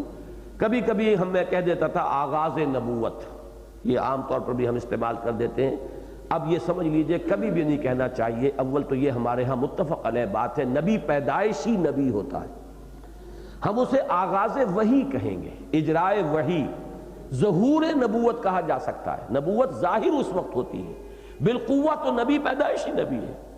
بلکہ نبی تو اس وقت بھی عالم ارواح میں بھی نبی تھے صلی اللہ علیہ وسلم، اور تمام انبیاء تھے۔ لہذا یہ کہ نبوت کا آغاز ہو رہا ہے وحی سے، یہ مغالطہ آمیز الفاظ ہے، ظہور نبوت کہہ سکتے ہیں یا آغاز وحی کہہ سکتے ہیں، لیکن یہ کہ یہ حدیث جو ہے جیسا کہ میں نے عرض کیا یہ سمجھ میں نہیں آ سکتی، یا یہ کہ پھر اس سے مشرکانہ توہمات کے دروازے کھلیں گے جب تک کہ یہ حقیقت سامنے نہ ہو کہ یہ تو وہ مرحلہ ہے جبکہ تمام ارواح انسانیہ، بلکہ آج میں الفاظ بدل رہا ہوں کہ تمام انسانوں کے روحانی وجود پیدا کیے جا چکے تھے، اس وقت بھی روح محمدی صلی اللہ علیہ وسلم شرف نبوت سے سرفراز تھے۔ اچھا، اس میں ایک نقطہ البتہ اور سمجھ لیجئے، جیسا کہ میں نے عرض کیا اس کے اوپر کچھ ردے رکھے گئے ہیں، ایک ردا جو اس پر چڑھایا گیا، اور کسی نے بھی، کوئی غالی سے غالی بریلوی، کوئی غالی سے غالی صوفی بھی اسے حدیث کی حیثیت سے پیش نہیں کرتا، یہ ان کے اپنے فلسفے ہیں، اور اس میں اکثر و بیشتر جو ہے فلسفہ مشائین، ارسطو کا جو منطقی جو لوگ تھے، انہوں نے اس کائنات کی تخلیق کے سلسلے میں جو ایک ایجاد کیے اپنے ذہن سے، عقول عشرہ اور افلاک جو ہے 9 فلک اور 10 عقلیں، یہ ایک سلسلہ ہے ان کا، میں صرف اشارہ کر رہا ہوں، اس میں یہ فلسفہ تھا سارا کہ اللہ تعالیٰ نے سب سے پہلے جو پیدا کیا وہ عقل اول، پھر عقل اول سے ایک فلک اول پیدا ہوا، عقل ثانی پیدا ہوئی، عقل ثانی سے فلک ثانی اور عقل ثالث، عقل ثالث سے فلک چہارم، فلک ثالث اور عقل چہارم، اس طرح ہوتے ہوتے وہ گرتے گرتے آئے کہ وہ جو 10ویں عقل ہے اس سے پھر یہ کائنات کی تخلیق ہوئی ہے۔ یہ ایک بالکل بے تکا فلسفہ ہے، بے بنیاد فلسفہ ہے، اس کے لیے نہ انسان کے مشاہدے میں، نہ اس کی سائنٹیفک جو بھی اکتشافات ہیں ان میں کوئی بنیاد اور دلیل ہے، نہ کوئی منطق میں دلیل ہے، اور نہ ہی کہیں کتاب و سنت میں کوئی دلیل ہے۔ لیکن بدقسمتی سے، جیسا کہ میں 2 مرتبہ عرض کر چکا ہوں، ایک دور ہم پر ایسا گزرا ہے کہ اس ارسطو کی منطق اور ان فلسفے کا اتنا غلبہ ہو گیا تھا، یہ کندی اور فارابی، یہ جو ابن رشد، یہ جو ہمارے بڑے بڑے فلسفی جو شمار ہوتے ہیں، ابن سینا، کندی، فارابی، ابن رشد، یہ سب کے سب یہ سب اسی کے زلف گراگیر کے اسیر ہیں، ارسطو کے پیرو ہیں، اور ان کا بڑا دبدبہ تھا، انہوں نے ایک نیا فلسفہ ایجاد کیا تھا، اس میں یہی فلسفہ 9 افلاک اور عقول 10، 10 عقلیں اور 9 افلاک کا فلسفہ تھا کہ اس طرح اب اس میں جوڑ دیا ہے بعض ہمارے صوفیاء نے اس معاملے کو کہ اول ما خلق اللہ نوری، اور پھر اس نور سے پوری کائنات پیدا کی گئی، یعنی وہ جو عقل اول جہاں رکھی ہوئی ہے ان فلسفیوں نے وہاں انہوں نے نور محمدی یا روح محمدی کو ٹکا دیا ہے، اور پھر جیسے کہ اس سے پوری کائنات کی تخلیق ہوئی ہے 9 اور درجوں میں تنزل کے بعد، ایسے ہی پھر وہ کہتے ہیں کہ باقی اللہ نے سب سے پہلے نور پیدا کیا حضور کا، اور پھر اس نور سے پوری کائنات پیدا کی گئی۔ یہ در حقیقت بالکل ایک علیحدہ فلسفہ ہے، اس کا اس حدیث سے بھی کوئی تعلق نہیں۔ وہ حدیث جو میں عرض کر چکا ہوں کہ محدثین کے ہاں قابل قبول نہیں ہے، درجہ استناد کو نہیں پہنچتی، صوفیاء اور ہمارے بہت سے مفسرین اسے قبول کرتے، اول ما خلق اللہ نوری، یہاں تک کوئی حرج نہیں ہے قطعاً، کوئی نہ اس میں شرک کا شائبہ ہے، نہ اس میں کہیں کوئی دین کی بنیادی بات کی کسی نفی ہوتی ہے۔ جب اللہ نے سب سے پہلے جو ارواح پیدا کی ہیں تو سب سے پہلے روح محمدی پیدا کر دی ہو صلی اللہ علیہ وسلم، تو اس میں کوئی بات تعجب کی نہیں، کہیں شرک کی کوئی آمیزش اور آلائش نہیں۔ البتہ اس سے اگلا فلسفہ کہ بقیہ ساری تخلیق جو ہے وہ نور محمدی سے ہوئی ہے، یہ پھر ان کا اپنا اضافہ ہے، ان کا اپنا وہ منطقی جو ہے پورا فلسفہ ہے، اس کا خود ان کے قول کے مطابق بھی کسی حدیث سے کوئی تعلق نہیں ہے، وہ حدیث صحیح ہو ضعیف ہو موضوع ہو، کوئی حدیث ان کی طرف سے اس کے لیے پیش نہیں ہوئی۔ تو میری اس بات کو کہیں آپ اس فلسفے کی تائید جو ہے اس میں شامل نہ کر لیں، وہ فلسفہ بالکل علیحدہ ہے اور میں اسے گمراہی سمجھتا ہوں، وہ قطعاً جو ہے کسی درجے میں قابل قبول نہیں ہے، نہ اس کی کوئی دلیل عقل میں ہے، نہ اس کے لیے کوئی اساس جو ہے وہ نقل میں یعنی کتاب و سنت میں موجود ہے۔ وہ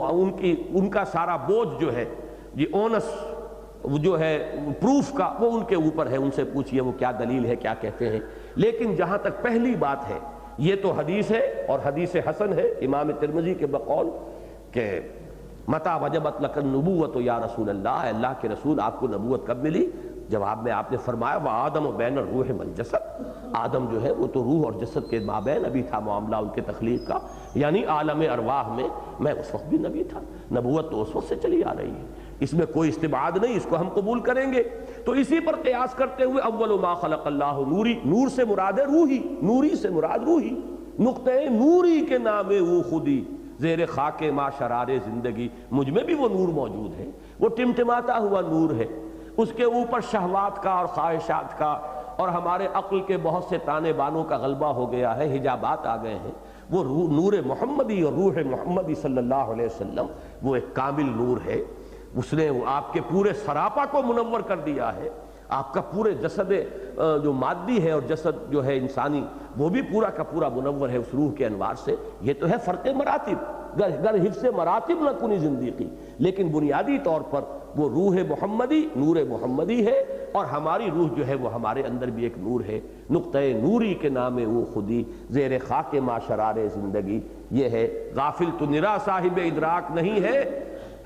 نور تجلی بھی اسی خاک میں پنہاں، ہر انسان کی خاک کے اندر اللہ نے یک جلوہ عامست ندیدی، ایک جلوہ عام جو ہے وہ بھی رکھا ہوا ہے۔ چھٹی بات،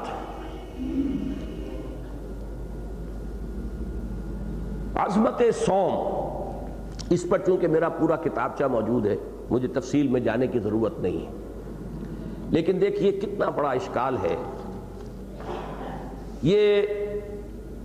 روزے کے بارے میں متفق علیہ الفاظ آئے ہیں کہ اللہ تعالیٰ یہ فرماتا ہے، حدیث قدسی اس کو کہا جائے گا، فَإِنَّهُ لِي وَأَنَا أَجْزِي بِهِ، جس کو بعض ہمارے جو تصوف پسند علماء ہیں وہ اجزا بہی بھی پڑھتے ہیں، الصوم لی وَأَنَا أَجْزِي بِهِ یا أَنَا أُجْزَا بِهِ، روزہ خاص میرے لیے ہے اور میں ہی اس کا بدلہ دوں گا، یا میں ہی اس کا بدلہ ہوں، بدلے میں ملتا ہوں۔ اب یہ کیسے سمجھ میں آئے؟ میں نے پورا جو ہے کتابچہ اسی حدیث کے اوپر لکھا ہے یہ، اور اس میں سب سے پہلے میں نے وہ آیات کوٹ کی۔ نماز کس کے لیے؟ اللہ کے لیے، اقیم الصلاۃ لذکری، قوموا للہ قانتین، حج کس کے لیے ہے؟ للہ علی الناس حج البیت، اللہ کے لیے ہے لوگوں پر اس کے گھر کا حج کرنا۔ وَأَتِمُّوا الْحَجَّ وَالْعُمْرَةَ لِلَّهِ إِنَّمَا نُطْعِمُكُمْ لِوَجْهِ اللَّهِ۔ یہ تمام کام، خیرات، صدقات، زکوٰۃ، حج، روزہ، نماز، یہ تو سب مشترک ہے اللہ کے۔ پھر یہ کیا خاص بات ہے کہ اس کو خصوصاً علیحدہ تمام عبادات سے جدا کر کے؟ ایک حدیث کے تمام الفاظ میں آپ کو سنائی دوں، یہ صحیح مسلم کی روایت ہے، کل عمل ابن آدم یضاعف الحسنۃ بعشر امثالها الى 700 ضعف قال اللہ تعالی الا الصوم فانه لی وانا اجزی بہ۔ اب یہ انسان کے، ابن آدم کے تمام اعمال حسنات، تمام نیکیاں بڑھائی جاتی ہیں، دگنی چوگنی کی جاتی ہیں، ہر نیکی 10 گنا سے لے کر 700 گنا تک اجر میں اس کا اضافہ ہوتا ہے۔ قال اللہ تعالی، اللہ فرماتا ہے الا الصوم، سوائے روزے کے، فإنه لی وانا اجزی بہ، یا انا اجزا بہ، سوائے روزے کے کہ اس کا بدلہ تو میں خود دوں گا، یا یہ کہ اس کا بدلہ میں خود ہوں، اس کے بدلے میں ملتا ہوں۔ اب اس کا کیا سبب ہے؟ تو یہ پوری میں نے تفصیل جو ہے بیان کی ہے اس کتابچے میں،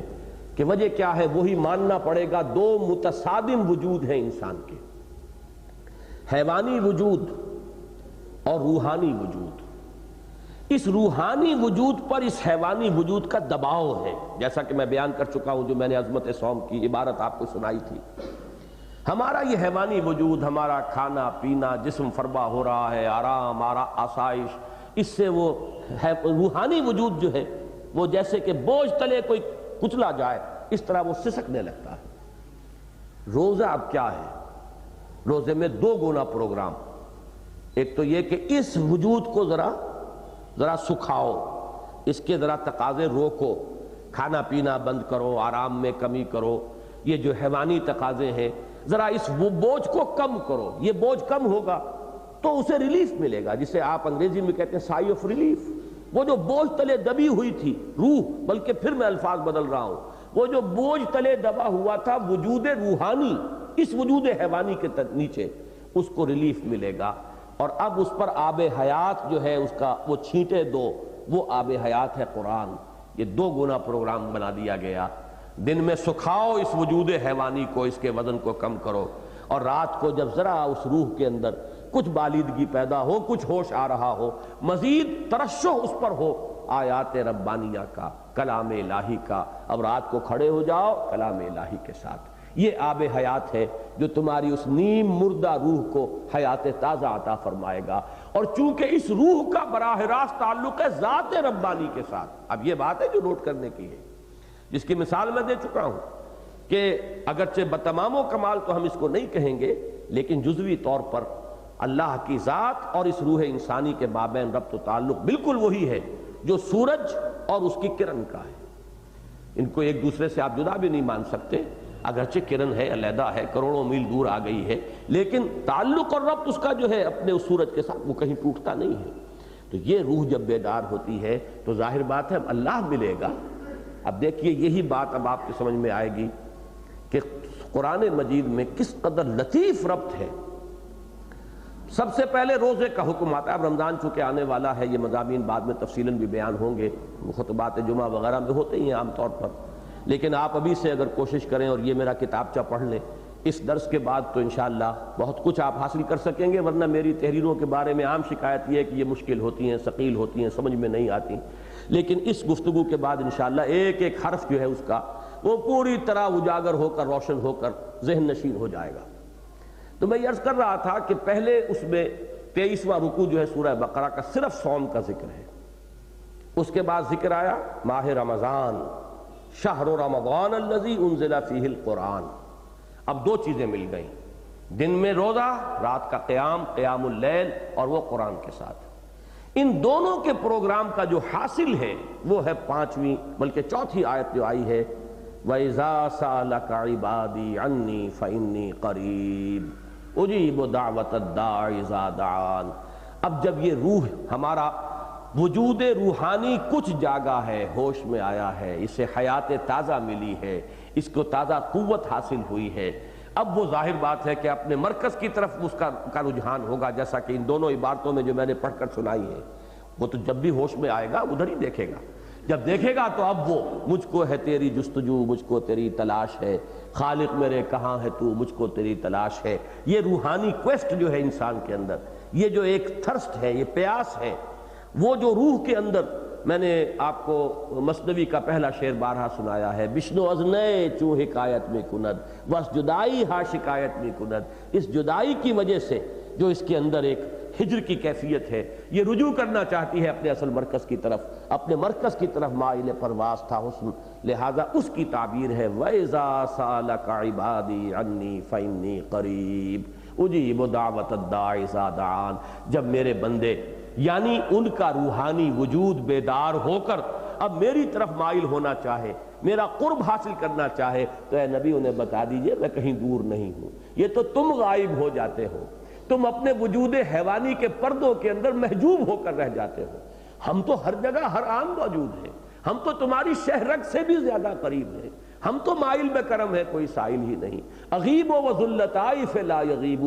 ہم غائب ہو جاتے ہیں، وہ ہستی تو غائب ہونے والی ہے ہی نہیں، وہ تو ہر جگہ ہوا معکم اینما کنتم ونحن اقرب الیہ من حبل الورید۔ تو اے نبی ان کو بتا دیجئے وَإِذَا سَأَلَكَ عِبَادِي عَنِّي فَإِنِّي قَرِيبٌ أُجِيبُ دَعْوَةَ الدَّاعِ إِذَا دَعَانِ فَلْيَسْتَجِيبُوا لِي وَلْيُؤْمِنُوا بِي لَعَلَّهُمْ يَرْشُدُونَ۔ یہ ہے عجیب، نہایت ہی دل میں اترنے والا ربط، لیکن آپ کو جیسا کہ میں نے عرض کیا تھا، اگر ان چیزوں کے ساتھ ابھی مناسبت نہیں ہے، ان حقائق تک رسائی نہیں ہوئی ہے، نتیجہ کیا نکلے گا؟ انہی مفسر قرآن نے یہاں لکھ دیا ہے کہ یہ جو وَإِذَا سَأَلَكَ عِبَادِي عَنِّي ہے، در حقیقت یہ روزے کے مسائل سے متعلق سوالات تھے۔ یہ یہاں کہاں آسمان اور کہاں زمین،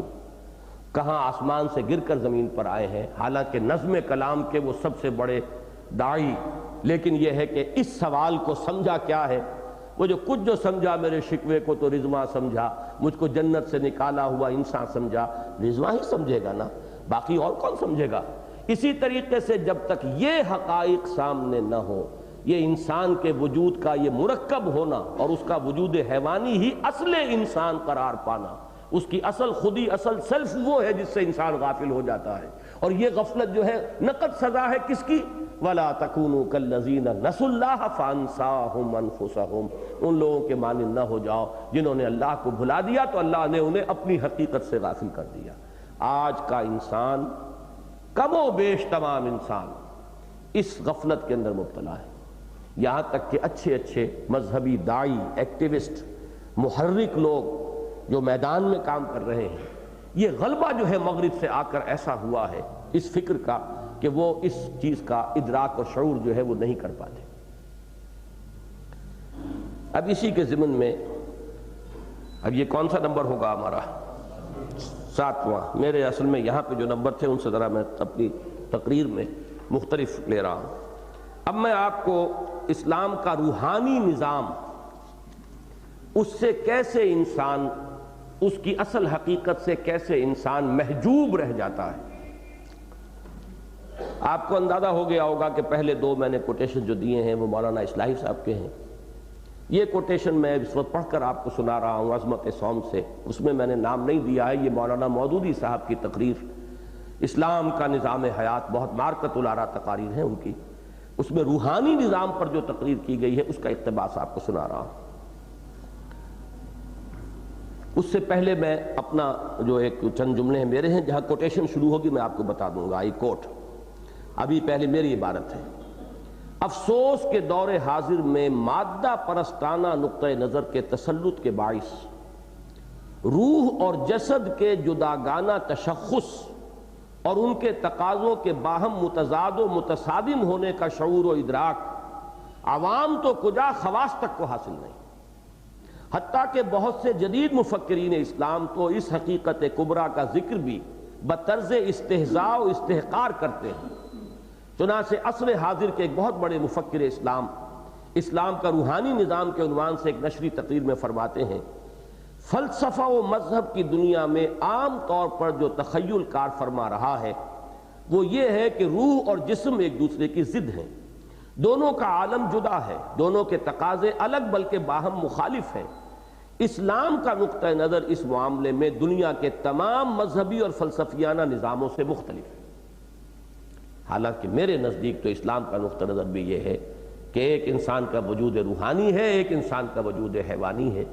وجود روحانی کے تقاضے کچھ اور ہیں، اس کا میلان کسی اور طرف ہے، اس کا مبدا کچھ اور ہے، اس کے تقاضے کچھ اور ہیں، اسے تقویت حاصل ہوتی ہے کسی اور چیز سے۔ اور جو وجود حیوانی ہے اس کا مبدا بھی اور ہے اور اس کے تقاضے بھی کچھ اور ہیں، اس کا میلان بھی پستی کی طرف ہے، اور ان دونوں میں تضاد ہے، کشمکش ہے۔ تو یہ کوٹیشن تو ان کی ختم ہوئی۔ اب اس کے بعد پھر میں عرض کر رہا ہوں، اس ضمن میں انہوں نے دنیا پرستی اور ترک دنیا کی دو انتہائی صورتوں کی جو تردید کی ہے وہ اصولاً بالکل درست ہے۔ ایک ہے ترک دنیا، ایک ہے دنیا پرستی۔ جیسے کہ سورہ حدید کا درس ابھی زیادہ عرصہ نہیں ہوا ہے، ان مجالس میں ہو چکا ہے۔ ایک وہ یہود کی دنیا پرستی اور ایک نصارہ کی ترک دنیا اور رہبانیت کا فلسفہ، یہ دونوں غلط ہیں۔ تو ان کی نفی کی جائے تو قطعاً کوئی غلط بات نہیں ہوگی، وہ اصولاً بالکل درست ہے۔ لیکن حیرت ہوتی ہے کہ ان کی توجہ اس حقیقت کی جانب کیوں منعطف نہ ہوئی کہ انسانی تاریخ میں ان دونوں انتہاؤں کی موجودگی بجائے خود اس بات کا ثبوت ہے کہ انسانی شخصیت میں دو بالکل متضاد اور مخالف قوتیں کار فرما ہیں،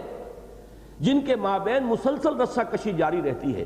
چنانچہ کبھی ایک کا پڑا بھاری ہو جاتا ہے، کبھی دوسری کا۔ بقول علامہ اقبال، اسی کشمکش میں گزری میری زندگی کی راتیں، کبھی سوز و ساز رومی، کبھی پیچ و تاب رازی۔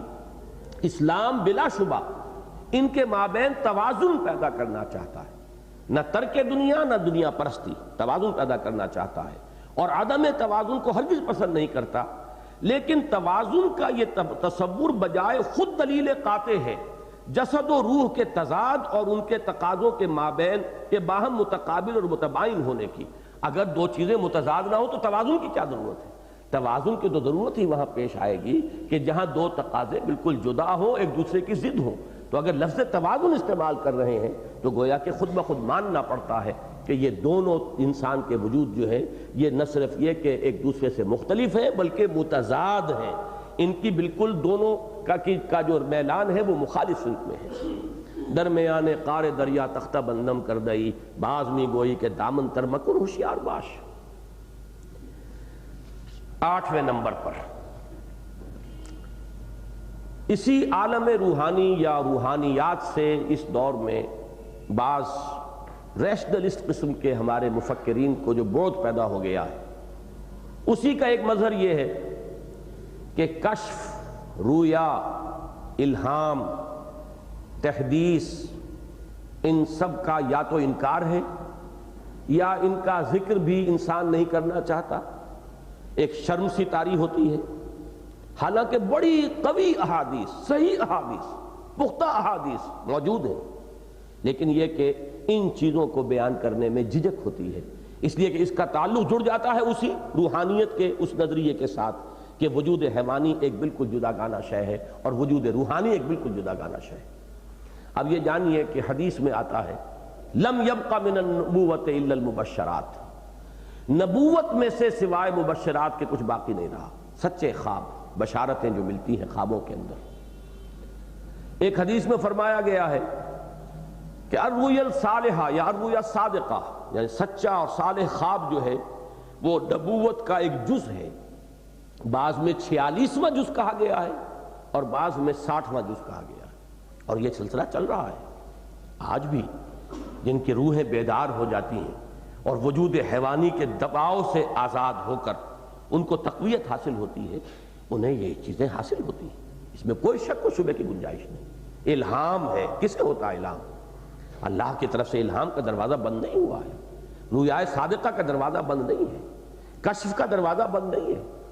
اب یہ کہ واقعہ وہ کس حد تک ثابت ہے کس حد تک ثابت نہیں ہے، لیکن یہ کہ تاریخی اعتبار سے تو بہت ہی پختہ واقعہ ہے کہ حضرت عمر فاروق رضی اللہ تعالیٰ عنہ خطبہ دے رہے ہیں مسجد نبوی میں،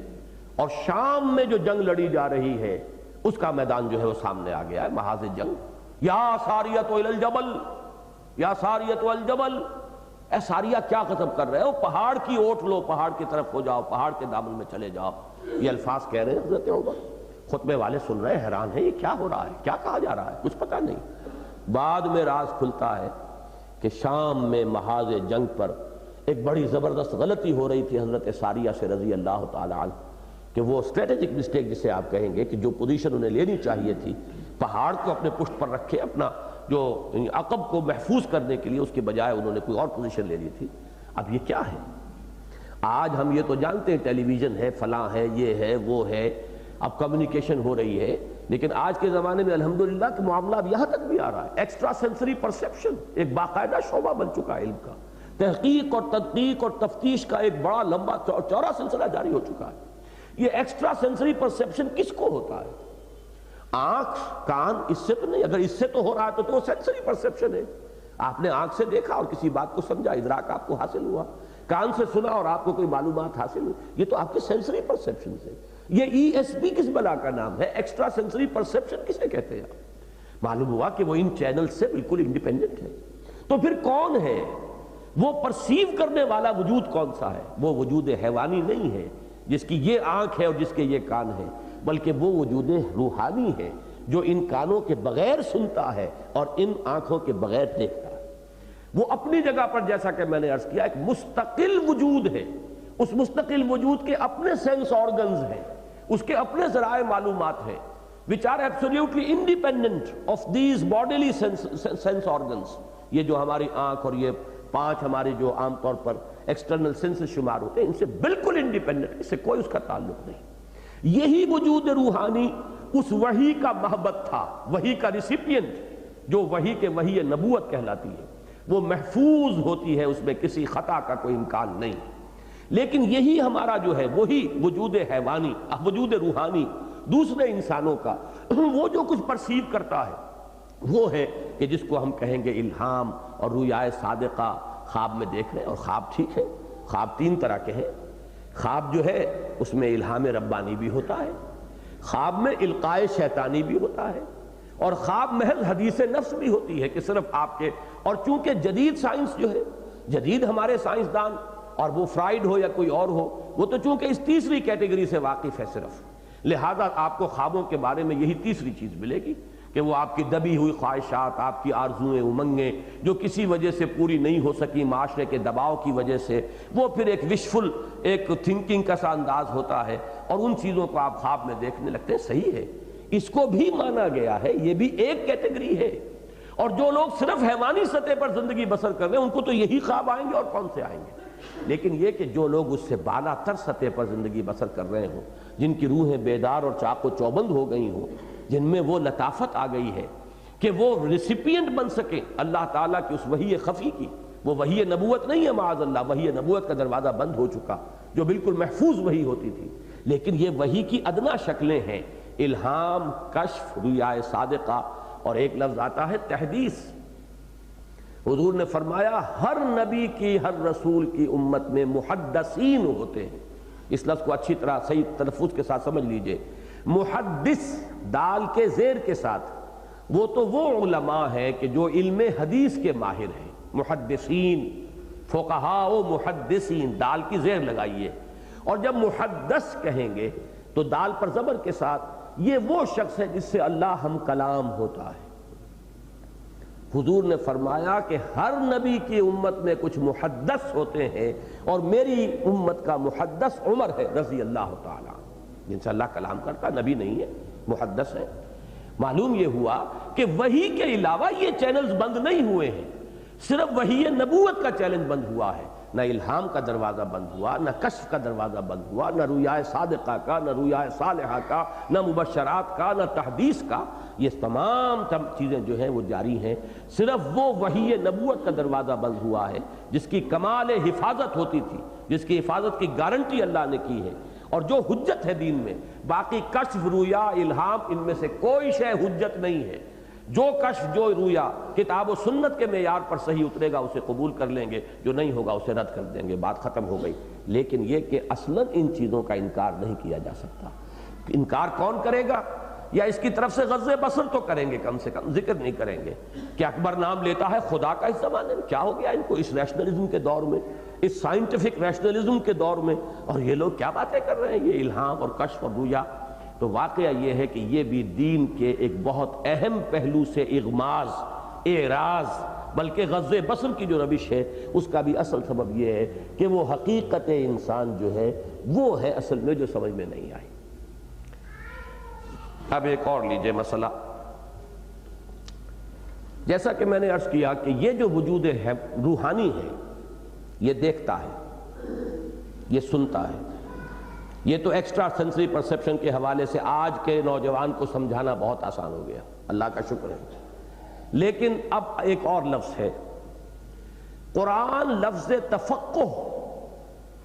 اور یعقلون یا تعقل کا اطلاق کرتا ہے اس وجود روحانی کے اوپر، وجود حیوانی پر نہیں کرتا۔ عجیب بات ہے یہ، چنانچہ فرمایا گیا وَلَقَدْ ذَرَعْنَا لِجَهَنَّمَ كَثِيرًا مِنَ الْجِنِّ وَالْإِنسِ، ہم نے بہت سے جنوں اور انسانوں کو پیدا ہی کیا جہنم کے لیے۔ اب یہاں جو مسئلہ ایک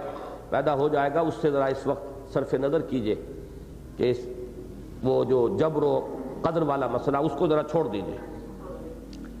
لیکن میں جو جس کی طرف اس وقت اشارہ کرنا ہے وَلَقَدْ ذَرَعْنَا لِجَهَنَّمَ كَثِيرًا مِنَ الْجِنِّ وَالْإِنسِ لَهُمْ قُلُوبٌ لَا يَفْقَهُونَ بِهَا، ان کے دل ہیں لیکن ان کے ساتھ تفقہ نہیں کرتے، سوچتے نہیں، فہم نہیں حاصل کرتے۔ تو دل سے فہم کا کیا تعلق ہے؟ دل کو تو جو دل کو مانتے بھی ہیں تو جذبات کے ساتھ متعلق سمجھیں گے، غصہ، نفرت، محبت، اس کا دل کے ساتھ تعلق ہوگا۔ تفقہ سے کیا تعلق دل کا؟ عام جو سوچ ہے اس کو اچھی طرح سمجھیے، میں وہی چیزیں بیان کر رہا ہوں، دین کے حکمت و فلسفہ کے وہ غامض پہلو جو سمجھ میں نہیں آتے جب تک کہ یہ پورا فلسفہ سامنے نہ ہو، کہ یہ تفقہ لہم قلوب لا یفقہون بہا ولہم اعین لا یبصرون بہا، ان کی آنکھیں تو ہیں دیکھتے، یہ کون سی آنکھیں ہیں؟ کیا ابو جہل آنکھوں سے دیکھتا نہیں تھا؟ وہ عثمانی میں تو اندھا نہیں تھا۔ وَلَهُمْ آذَانٌ لَا يَسْمَعُونَ بِهَا، ان کے کان ہیں سنتے نہیں ہیں۔ کیا ابو لہب کا کان نہیں تھا؟ کیا وہ سنتا نہیں تھا؟ اولئک کالانعام بل هم اضل، یہ اہم ترین آیت ہو گئی ہمارے اس موضوع کے اعتبار سے۔ یہ وہ لوگ ہیں کہ جن کے دل ہیں تفقہ سے عاری، آنکھیں ہیں وہ بصارت سے تہی، کان ہے سماعت سے عاجز۔ یہ کون ہے؟ یہ حیوان ہے۔ اولئک کالانعام، کالانعام، یہ حیوانوں کی طرح ہیں، یہ چوپائے ہیں، بس فرق یہ ہے کہ دو ٹانگوں پر چلنے والے چوپائے ہیں۔ یہ حیوان ہے، فرق صرف یہ ہے کہ انسان نظر آتے ہیں، انسانوں کے لباس میں یہ حیوان ہے، انسانوں کے بھیس میں یہ حیوان ہے، بلکہ اب اس سے بھی اگلی حقیقت کو روشن کیا، بل ہم اضل، بلکہ وہ تو ان سے بھی گئے گزرے ہیں۔ کیوں؟ بات سمجھ میں آتی ہے، حیوان تو پیدا ہی کیا گیا اسی لیول پر، اس میں تو وہ روح ربانی پھونکی نہیں گئی، اس غریب کا کوئی وجود روحانی ہے ہی نہیں، اس کا تو کلیتاً وجود حیوانی ہے، تو وہ اس لیول پر ہے، تو کوئی عجیب بات نہیں، کوئی بری بات نہیں، کوئی گھٹیا بات نہیں، وہ تو اپنے مقام پر ہے۔ لیکن یہ جو ہے جن کو پیدا کیا گیا، جو یہ احسن تقویم میں جن کے اندر وہ روح ربانی پھونکی گئی جس کی بنا پر یہ مسجود ملائک بنے، جن میں وہ وجود روحانی ہے، اس وجود حیوانی، اس کی آنکھیں جو ہیں وہ اندھی ہو چکی ہیں، اس وجود روحانی کے کان شل ہو چکے ہیں، اور اس وجود روحانی کے اندر جو تعقل اور تفقہ کا مادہ تھا وہ سلب ہو چکا ہے، لہذا روح ان کا وجود روحانی تو مر چکا، اب یہ وجود حیوانی ہے۔ اولئک کالانعام، اور انسان ہونے کے باوجود اگر یہ صرف حیوان بن گئے تو ان کو حیوان بھی نہیں کہا جا سکتا، بل ہم اضل، ان سے بھی گئے گزرے۔ اولئک هم الغافلون، سیدھی سیدھی بات ہے، یہ بالکل وہی انداز ہے جو ہماری اس آیت میں ہے کہ وَلَا تَكُونُوا كَالَّذِينَ نَسُوا اللَّهَ فَأَنسَاهُمْ أَنفُسَهُمْ أُولَئِكَ هُمُ الْفَاسِقُونَ۔ جب اس سطح پر آ جائے گا انسان کے اپنے آپ کو محض حیوان سمجھے تو فاسق و فاجری ہوگا۔ اب تقویٰ کا کیا سوال، اور اس کے اندر کوئی اعلیٰ کسی تصور کا کیا امکان ہے؟ یہاں بھی وہی فرمایا اولئک هم الغافلون، یہی ہے غافل، اور سب سے بڑی غفلت خود اپنے آپ سے غافل ہو جانا۔ ولا تکونوا کالذین نسوا اللہ فانساہم انفسہم، نہ بن جاؤ ان لوگوں کے مانند جنہوں نے اللہ کو بھلا دیا، جو اللہ سے غافل ہو گئے تو اللہ نے انہیں اپنی حقیقت سے غافل کر دیا۔ وَلَقَدْ ذَرَعْنَا لِجَهَنَّمَ كَثِيرًا مِنَ الْجِنِّ وَالْإِنسِ لَهُمْ قُلُوبٌ لَا يَفْقَهُونَ بِهَا وَلَهُمْ أَعْيُنٌ لَا يُبْصِرُونَ بِهَا وَلَهُمْ آذَانٌ لَا يَسْمَعُونَ بِهَا أُولَئِكَ كَالْأَنْعَامِ بَلْ هُمْ أَضَلُّ أُولَئِكَ هُمُ الْغَافِلُونَ۔ بتائیے کیسے سمجھ میں آئے گی یہ آیات؟ اسی کے ساتھ چونکہ میں نے بارہا یہ بات کہی ہے اور جیسے جیسے یہ اور آگے بڑھ رہا ہے معاملہ، میرا یہ یقین جو ہے بہت اور پختہ ہوتا چلا جا رہا ہے۔ اہم مضامین قرآن مجید میں کم سے کم 2 جگہ ضرور ملیں گے، تلاش کیجئے۔ یہ مضمون سورہ حج میں بھی آیا ہے، افلم یسیروا فی الارض، کیا ان لوگوں نے زمین میں یہ گھومے پھرے نہیں، انہوں نے کوئی زمین میں سیر نہیں کی؟ فتکون لہم قلوب یعقلون بہا، پھر ہوتے ان کے دل جن سے یہ عقل کا کام لیتے، تعقل کرتے، سمجھتے، او اعین یبصرون بہا او اذان یسمعون بہا، یا ان کے کان ہوتے جن سے یہ سنتے۔ فإنها لا تعمى الابصار ولكن تعمى القلوب التي في الصدور، اس لیے کہ اصل میں یہ آنکھیں اندھی نہیں ہوا کرتی، اصل میں وہ دل اندھے ہو جاتے ہیں جو سینوں کے اندر ہے۔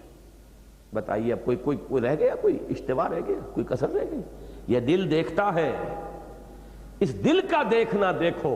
تب تم انسان شمار ہوگے، ورنہ تم نرے حیوان ہو۔ وہ کتا اور بلی بھی دیکھ رہا ہے، وہ سب کچھ دیکھ رہی ہے، وہ بلی بھی، اسے بھی چھیچڑے نظر آ رہے ہیں اور منہ میں پانی آ رہا ہے اس کے، وہ اس نے کیا چیز نہیں دیکھی؟ بکری نے بھی دیکھ لیا ہے بیری کا درخت اور لپک رہی ہے اس کی طرف، اور کتے نے بھی دیکھ لیا ہے کہ کار آ رہی ہے اور اس نے اپنے آپ کو بچا لیا ہے، ایسا بریک لگاتا ہے، وہ سارا کچھ اس کے اندر بھی موجود ہے۔ تمہارا بھی معاملہ یہیں تک رہا تو کیا ہوا؟ پھر تو تم حیوان ہو۔ دم چیست پہ آمست شنیدی نہ شنیدی، در خاک تو یک جلوے آمیخت نہ دیدی، دیدن دیگر آموز شنیدن دیگر آموز۔ یہ شنیدن دیگر اور دیدن دیگر کس کا ہے؟ اس وجود روحانی کا، اس دل کا، دل اس کا مسکن ہے، اس کا دیکھنا دیکھو، اس کا سننا سنو۔ باقی حیوانی سننا اور حیوانی دیکھنا یہ تو کافروں کو اور ان حیوانات کو بھی حاصل ہے، پھر تمہارا کیا کمال ہے؟ تو دیکھیے سورہ حج کی اس آیت کو بھی نوٹ کر لیں کہ افلم یسیروا فی الارض فتکون لہم قلوب یعقلون بہا، میں نے 2 الفاظ اسی لیے کہا، تفقہ اور تعقل، تعقل بھی یہاں ہے، یعقلون بہا او آذان یسمعون بہا فإنہا لا تعمی الابصار۔ ابو جہل کی یہ آنکھیں اندھی نہیں تھیں، ابو لہب کی یہ آنکھ اندھی نہیں تھی، بلکہ بڑی موٹی موٹی انگارے کی طرح دمکتی ہوئی آنکھیں تھیں اس کی، یہ آنکھیں تو تھیں اس کی بڑی، لیکن فإنہا لا تعمی الابصار ولکن تعمی القلوب التی فی الصدور، اندھے تو وہ دل ہو جاتے ہیں کہ جو سینوں کے اندر ہے۔ یہ حقائق کیسے سمجھ میں آئے گی؟ اچھا اس کو اچھی طرح جان لیجئے، یہ فلسفے کی ایک بڑی اہم بحث ہے۔ یہ ڈیکارٹ کے نام سے ایک فلسفی جدید جو فلسفہ یورپ کا ہے اس میں بہت معروف اور مشہور ہے، اور ان کا فلسفہ یہی ہے کہ فلسفے کی دنیا میں یہ بحث رہی ہے کہ آیا سول اور مائنڈ کوئی علیحدہ چیزیں ہیں یا ایک ہی شے؟ وہی جو مولانا مودودی کی اس عبارت میں آیا